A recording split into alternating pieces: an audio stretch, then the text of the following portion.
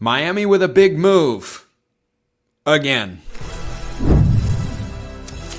You are Locked On College Football with Spencer McLaughlin, your daily podcast on all things college football. Part of the Locked On Podcast Network, your team every day. Welcome, everybody, to another episode of Locked On College Football. I'm your host, Spencer McLaughlin. Thank you so much for making this your first listen or your first view every day, part of the Locked On Podcast Network, your team every day and your daily source to stay up to date with the biggest stories in this, the greatest sport on planet Earth. Nick Saban's influence on college football could be growing. How should we feel about that? And the North Carolina drama just never ends. All in today's show, which is brought to you by our friends over at FanDuel. Right now, new customers can get $200 in bonus bets when your first $5 bet wins. So, Miami keeps buzzing, and this is not becoming Locked On Hurricanes Part 2. Alex Dono of Locked On Canes has that covered. But when Miami goes out and lands the number one offensive tackle in the class of 2026, yeah, that's again a big story. The Hurricanes have been big spring transfer portal winners, and now they're carrying that momentum onto the recruiting trail. So they land Jackson Cantwell, top offensive tackle. Some places see him as the top overall player, which is pretty hard to do as a non-quarterback in a recruiting class, and that's how good this guy is. I've had Brian Smith of the Portal Podcast, longtime recruiting analyst, tell me he thinks Cantwell can come in and start right away as a true freshman. You know who else did that? Caden Proctor. He's going to be a part of Alabama's offensive line this year, and he struggled a bit as a freshman, but he did start as a true freshman, and I tell you what, that's a really hard thing to do.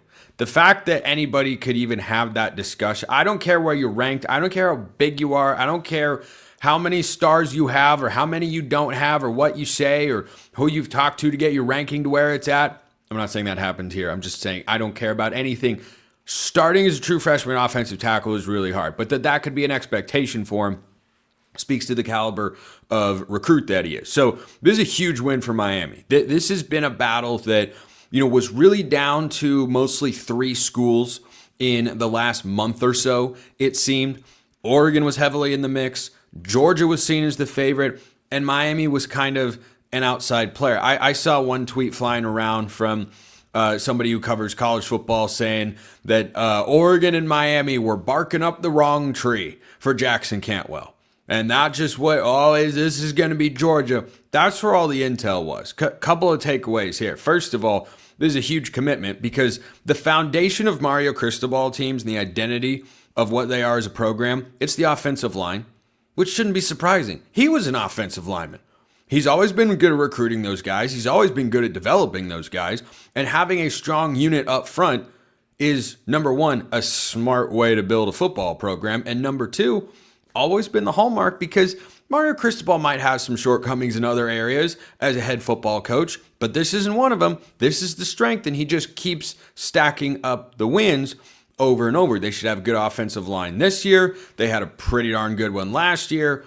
And that just looks like it's going to continue for years to come. Cantwell can be a foundational piece of the next offensive line for the Hurricanes. So getting that player is in and of itself impactful. But then there's the impact beyond the player.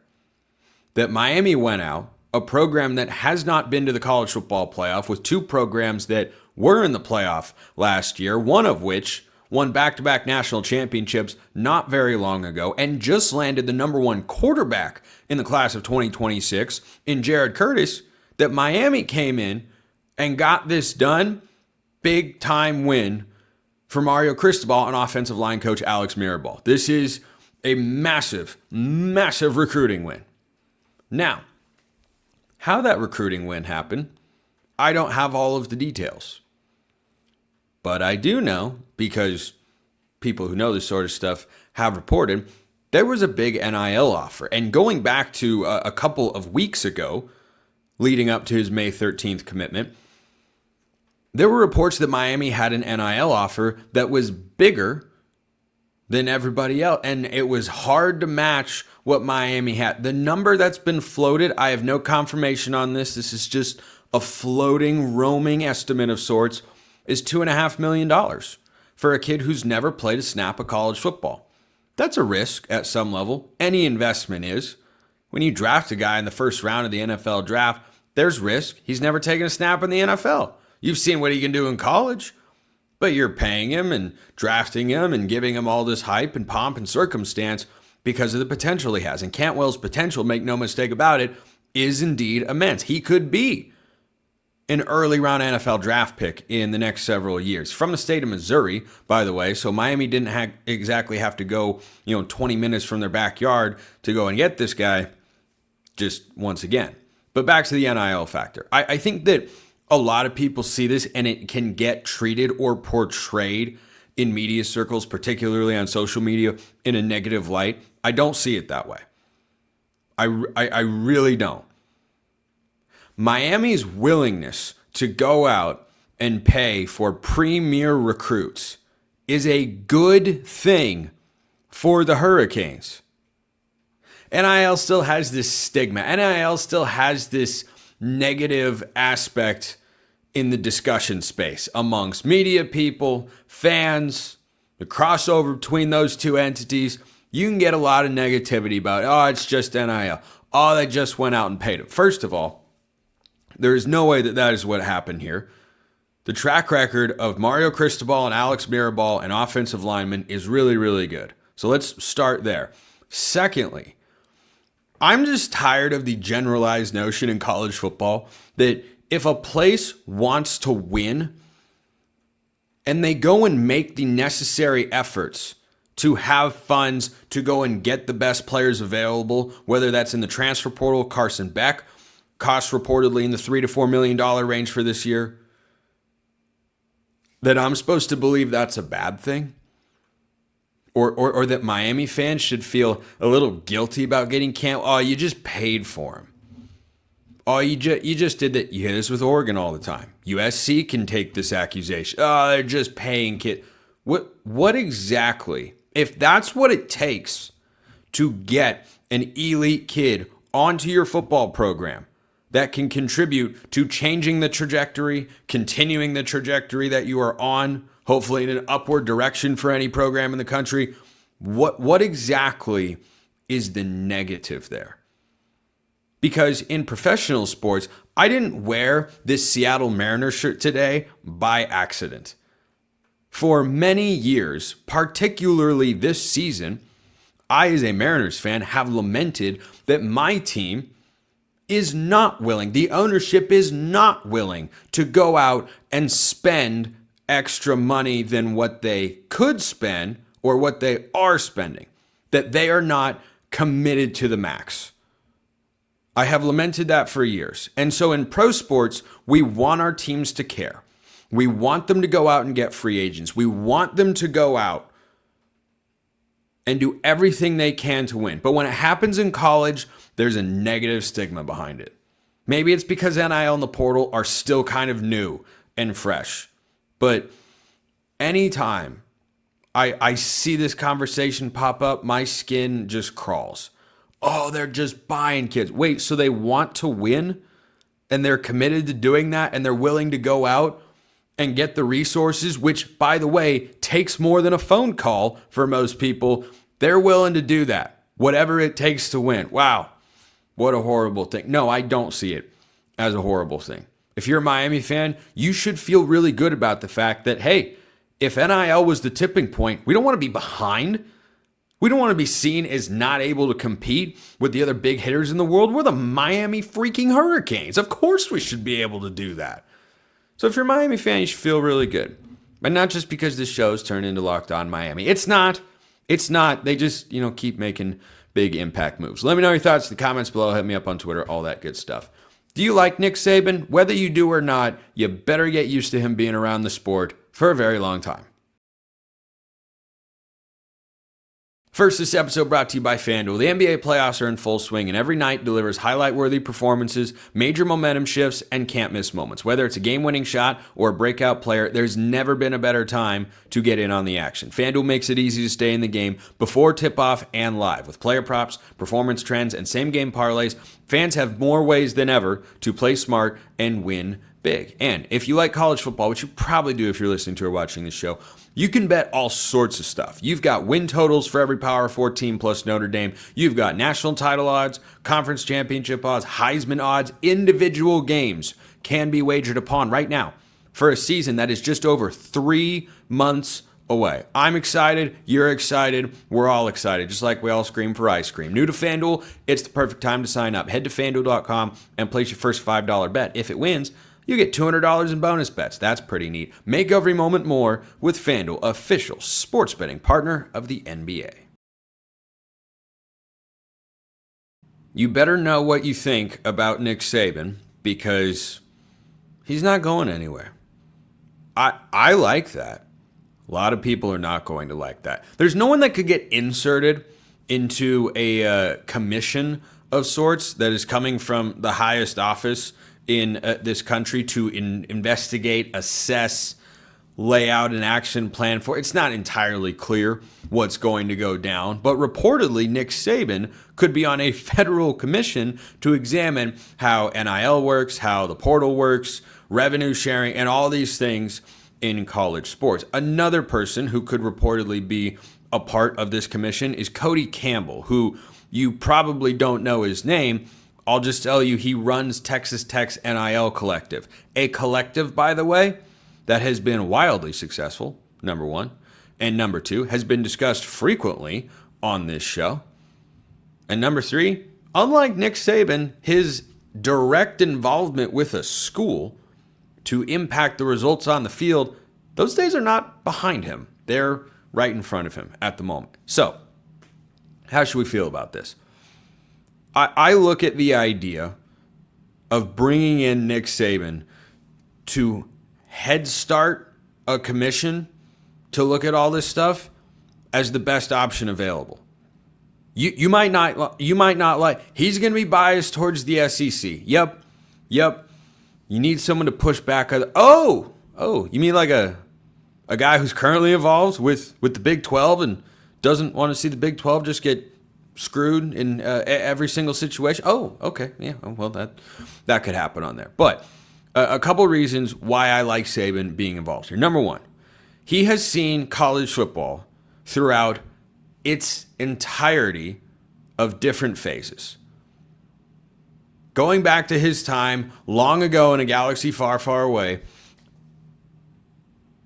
I didn't mean to say that, but I did mean to say that because Andor rocks. Anyway, when he was at Michigan State, college sports was one thing. Then he was at LSU, and it was different. Similar, but different. Then he gets to Alabama, and he sees several different phases of the sport. He has seen the evolution of television. He has seen the evolution of social media. He has seen the evolution of NIL, the portal, all of these changes. He has been in the sport, and now he is a little bit out and detached from the sport, but also hovering around and still opining and still just poking his head in. Hey, I think this. Yeah. I think that. If you were to evaluate the resume for somebody applying for this sort of commission or applying for the position of commissioner of college football, who's going to have a more qualified resume than Nick Saban? Who would you go to that is currently available that would legitimately be interested in the job? I don't know who that is, because when I talk about Nick Saban on here, I say, look, I'm not crazy about the idea of having an SEC guy in charge, because I think that partnership with ESPN we saw last year with the whole Tennessee and Indiana in the playoff debacle, yeah, that was a nightmare. Not denying that. Did Nick Saban orchestrate that? It's fine to be wary of SEC bias. I'm totally good with that. Totally good with that. And I'd want to have balance on this sort of commission. I'd want to have a variety of voices from a number of different schools that can provide the input of, hey, I know you see it this way, but here's how we see it over in this conference. Here's how this impacts our league over here. But if you were to come up with people who you would recommend, if you had the authority to do so, to interview for this sort of commission or this sort of job, who are you going to? There's always going to be, you can't remove a bias completely. I talk about everybody in college football on this show. Do my homework, formulate opinions, and all that sort of stuff. I'm an Oregon guy. Always have been. Always will be. Not going to sit here and hide the ball from you. I mean, should I, change this flag on YouTube and everything? But when someone asks me, I'm not going to say, no, I'm not. No, that's my innie from Severance, and I'm the outie here. Like, no, same guy. I'm over there. I'm over here. That's who I am. You can take it or leave it. But when you're looking for someone to fill this sort of position or to explore such fundamentally important issues in the sport, why wouldn't you want somebody that has seen the whole sport, that clearly loves the sport? If Nick Saban didn't love college sports, the reasons for him getting out, that's different. If he didn't love it, he wouldn't be on College Game Day. He'd just go enjoy his retirement. He still loves college football. I think he just didn't love what college football was becoming. And so that sort of mindset, to me, works. That clicks in my head. That makes me go, yeah, I think I'm going to be interested in what he has to say. When you've watched him speak at press conferences over the years, does he ever feel like he's just out there ready, fire, aim for what he says? Or does he seem like a guy who's thoughtful and deliberate and loves the sport and cares about players, but also cares about the balance on the other side with regards to still having some influence and control for schools, for teams, coaches, fans, all that sort of stuff, and not just swinging things in favor of the players, while also striking a balance of, yeah, we're still pro, certain things for the players, but maybe not everything. Because right now, the model of college football is not sustainable. It's not, in a number of different ways. The portal, NIL, I hope one day realignment will rubber band back into what it was. I don't think we're getting there. But with NIL and the portal in particular, it can work for now. This is not a successful 20-year business plan. It just isn't.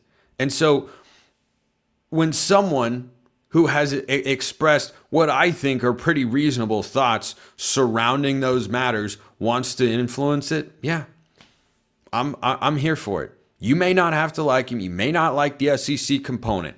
Tell me who you would put on there. And by the way, if this is a commission, I don't think Nick Saban and Cody Phillips should be the only two guys. Or Cody Campbell, excuse me. The Texas Tech NIL guy. I don't think it should be a two-man commission. I don't know exactly what the right number is, but, in the past, I've heard names like Chris Peterson. Yeah. Are you kidding? I'd put him on there as quickly as I'd put Nick Saban on there for a lot of the same reasons. He's been around the sport for a long time. He still clearly loves it, because I don't want people opining on the sport or influencing the way the sport fundamentally operates who don't love and care and cherish the sport. I think Nick Saban does. I think Chris Peterson does. And I want people who understand what the impacts of all these moves are. Chris Peterson got out long before NIL and the portal came around. Maybe he saw it coming down the line and said, I don't want to deal with that. Saban, a couple years into it, yeah, this is not for me. It's not how I operate. But Saban's not alone in the coaching realm, whether it's college football, college basketball, college sports in general, saying, this is not what I originally signed up for when I became a head coach, and this is not, even though it seems to some that way, this is not actually in the best interest of players all the time.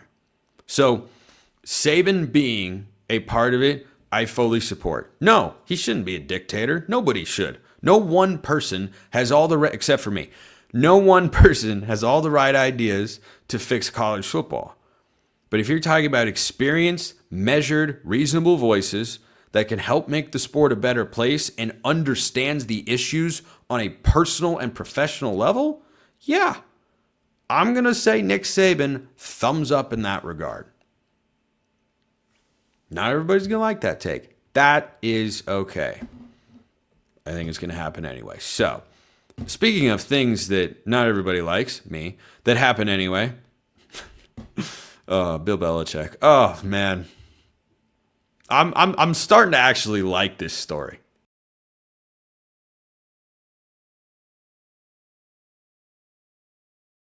All right, I was being a little facetious. The only reason I kind of like this story with Bill Belichick and Jordan Hudson and all of that is when I come on here, onto the show,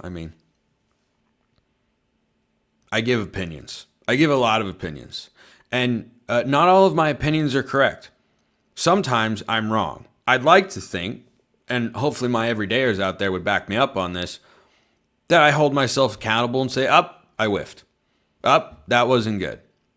Conversely, though, people who consume my content regularly probably know when I give a take and I am right, I do let you know because there are almost always detractors. No one ever has 100% uniform agreement. And I have come over the years to understand, not going to be right all the time. Nobody can do it. You can't do it. But when I go out and talk about a situation the way I have North Carolina hiring Bill Belichick, the reason I'm starting to like this whole Jordan Hudson story is it does feel better to be right than to be wrong. So Pablo Torre, I don't know who he is. He suggested recently there's a possibility that Bill Belichick could be out as North Carolina's head coach before their opening game against TCU. By the way, give me TCU. Let's see if FanDuel has a line for that game because I would like TCU in the points with a month's salary, please and thank you. Let's see here. Does that? Yeah. Okay. Oh man. North Carolina -2.5. TCU in the points, please and thank you. Every day in the week and twice on Saturday. So anyway. The suggestion was tossed out there. He could not coach the first game. Okay, that seems dramatic. All of this offseason drama, though, with Jordan Hudson and how controlling she appears to be and the interview, boy, that was some cringy stuff. That was some cringy stuff with her in the corner saying, we're not talking about that. Like, whoa. I don't know what you're talking about, but it doesn't appear to be good. That's a pretty routine question. Hey, couple, how'd you meet? Not talking about that. Like, oh, okay. Well, maybe this is it's May. Maybe it's just May, and this is a lot more interesting now than it will be in the fall. That's entirely possible. But the offseason drama, it almost feels intentional from Belichick's side at this point to create a pretense for him to be the coach for like 1 year and then decide, I don't actually want to do this. Now, does that help him accomplish his long-term goals? That depends on which long-term goal you're talking about. Is it to get his son to be a head coach in college football, or is it to be a head coach again in the NFL? Coaching for 1 year at North Carolina helps you accomplish one goal, but not the other goal, of course. It gets your son to probably be the head coach, but it probably doesn't help you become a head coach in the NFL again. Maybe that's what he wants. Maybe he doesn't. But when this move first happened, many months ago, and I have discussed it several times here on the show since, because it continues to be a newsworthy event, I have been as down on the Belichick hire from the get-go as anybody I know, personally or that I've seen professionally. I don't think many people were high on it, just to be clear. But I have had this thing bookmarked for full-fledged disaster, not the right hire, wrong move for so many reasons. And that was before all of this offseason drama came about. And think about this. If you think Bill Belichick is going to revert to being masterclass coaching Bill, who goes out and all of a sudden he's just out coaching the other team and he's smirking on Monday Night Football. If you think that guy's coming back, allow me to just throw this one at you. When has a head coach with clouds of offseason drama and off-field questions surrounding him ever gone on to just absolutely thrive? You know who's turned around a program in phenomenal fashion? Kenny Dillingham at Arizona State. Any drama with him, or is it just football. Yeah, it's just football. Huh. There's no distractions. There's nothing hanging over the program. All the energy seems like it's being directed in the right place. Yeah, I don't really get that vibe with Belichick in North Carolina. So, am I rooting for this thing to fail? No, not rooting for it. I won't be unhappy if I'm proven to be correct, because yeah, it is fun to be right. But for the sake of North Carolina fans, I'd rather I be wrong. I'd rather they get a football program that resembles what their potential is, while their bitter rival Duke looks like they are building a sustainable program. Ask yourself this question. How many games did Duke win last year? Answer, 9. What did they do in the offseason? They gave a quarterback $4 million a year for 2 years. I was talking about investment earlier on the Miami side. Duke investing in football. Real thing that's happening. And North Carolina feels like they're ready to get bypassed. I don't want that for Tar Heel fans. My guy Isaac Shade locked on Tar Heels. I don't want that for him. But it does feel like it's where it's trending. And so I have just had this bookmark from the get-go. Could have disaster written all over it. It hasn't done anything good to improve the image of the Tar Heels football program. Maybe that changes when everything starts playing out on the field instead of off the field. But Bill Belichick is not doing North Carolina any favors right now. Appreciate everyone listening. I will see you next time. And until then, hope you have a wonderful rest of your day.